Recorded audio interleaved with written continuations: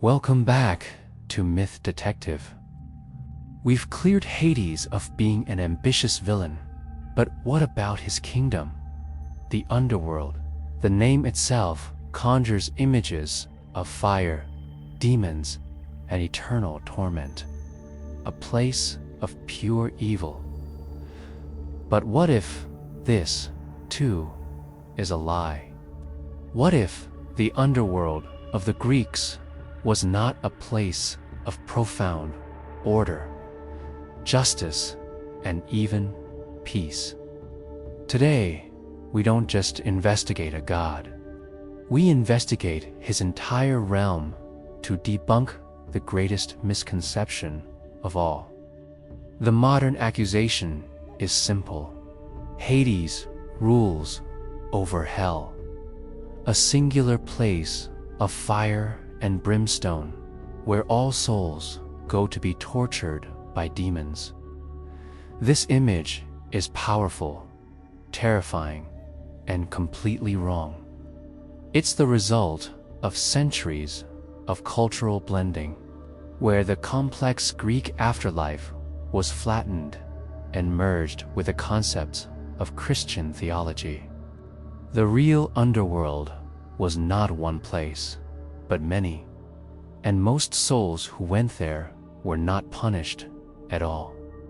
The first piece of evidence is the geography of the underworld itself. It wasn't just one place.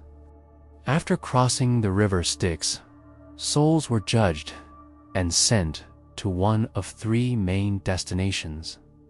The vast majority went to the Asphodel Meadows, a neutral, shadowy place for ordinary souls, not a paradise, not a punishment, just an eternal, quiet existence. The great heroes and the virtuous went to the Elysian fields, a paradise of eternal daylight and peace. And only the truly wicked, the murderers, the oath-breakers, the gods' greatest enemies, like the Titans, were sent to Tartarus, a deep, inescapable pit of torment. This was not a system of universal punishment. It was a system of cosmic justice. The second piece of evidence is the administration of the underworld. Hades was not a hands-on torturer. He was a king, and his kingdom was highly organized. Souls were greeted by Cerberus, the three-headed dog, whose job was not to be evil, but to be an effective guard dog. Let souls in, but never let them out. Their fates were then decided by the three judges of the dead Minos, Rhadamanthus and Ioka's former mortal kings, known for their wisdom and fairness. Hades' role was to preside over this system, to ensure the laws of life and death were maintained. He was less a devil and more a grim, but necessary bureaucrat. So, the evidence is clear. The underworld was not hell.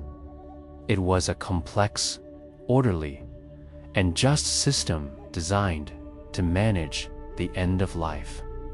Hades was not its demonic torturer, but its silent, dutiful king. The pop culture image of a fiery villain is a modern invention, a distortion of a far more profound and somber truth. He was the god of the dead, yes, but not the god of evil. He was the god of finality, of balance, and of a necessary, inescapable order. So, does knowing the true nature of his kingdom change how you see its king? Let us know your verdict